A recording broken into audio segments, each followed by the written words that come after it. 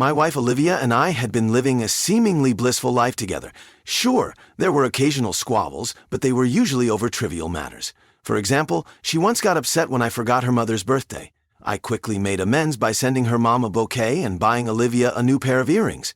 After that, we made a pact to remind each other about important dates.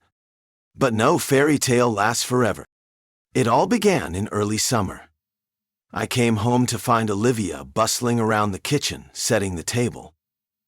The aroma of her signature roasted duck filled the air. On the table, I noticed 3 place settings. "Are we expecting company?" I asked. "Yes, Nathan, you won't believe it. I got a message from my cousin Leo, who I haven't seen since childhood.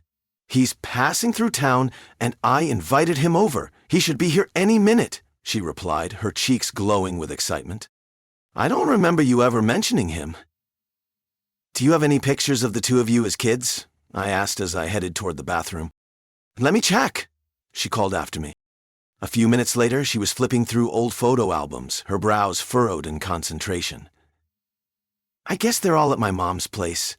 I'll show you another time. Come on, let's eat." Just then, the doorbell rang. I went to open it, and standing there was a tall, broad-shouldered man, clearly younger than us by about 10 years. "Nathan," I said, offering my hand, "come on in." "Leo," he replied with a firm handshake. I took his coat and pointed him toward the bathroom to freshen up. Meanwhile, Olivia's roasted duck and homemade liqueur were waiting on the table.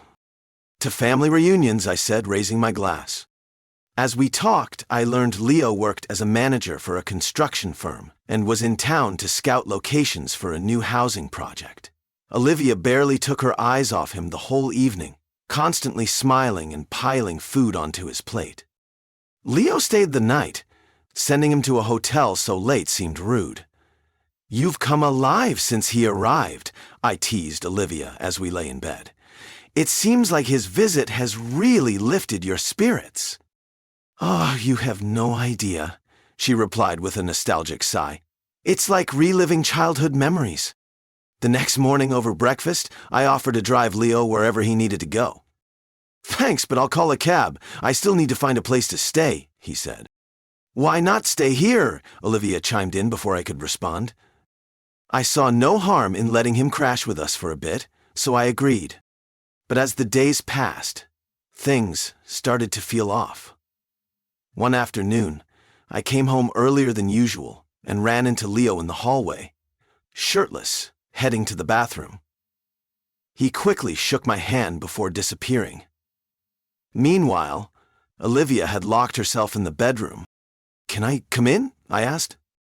"Just a minute. I spilled something while cooking and needed to change," she called out. When she finally opened the door, she was all smiles. "You're home early. Let's set the table. Leo's back too. We should celebrate." "Celebrate what?" I asked, puzzled. "He bought a car," she exclaimed, pointing out the window at a shiny new Kia parked below. That evening, Olivia hardly left Leo's side, showering him with hugs and kisses. By the end of the night, I had to practically drag her to our bedroom to temper her brotherly love. 2 weeks went by and Leo showed no signs of leaving.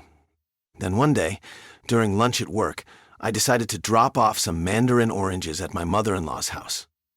Olivia was allergic to them, and I thought she might appreciate the gesture. "How's everything at home?" my mother-in-law asked, beaming. I told her about Leo's visit. "Wait, what cousin?" she asked, confused. "We don't have any male cousins. Only nieces. We always joke about our all-girl battalion." I froze. Who was this man in my house? After showing me old family photos to prove her point, I left in a daze, my mind racing.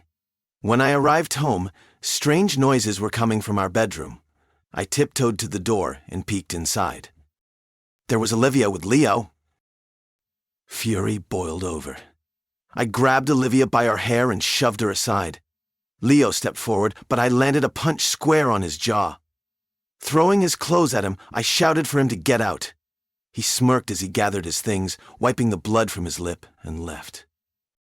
I packed Olivia's bags and shoved them onto the landing. She screamed and begged for forgiveness, but I couldn't hear her over the roar of betrayal. Days turned into weeks. Olivia camped outside my apartment building, pleading for a chance to explain. Eventually, I let her speak, though it didn't ease my hatred. She confessed everything. They'd met online and concocted the cousin story to fool me. She had even taken out a loan to help Leo buy the car. Apparently, deceiving me had been part of his sick thrill. "I regret everything. I love you. Please, let's fix this," she cried.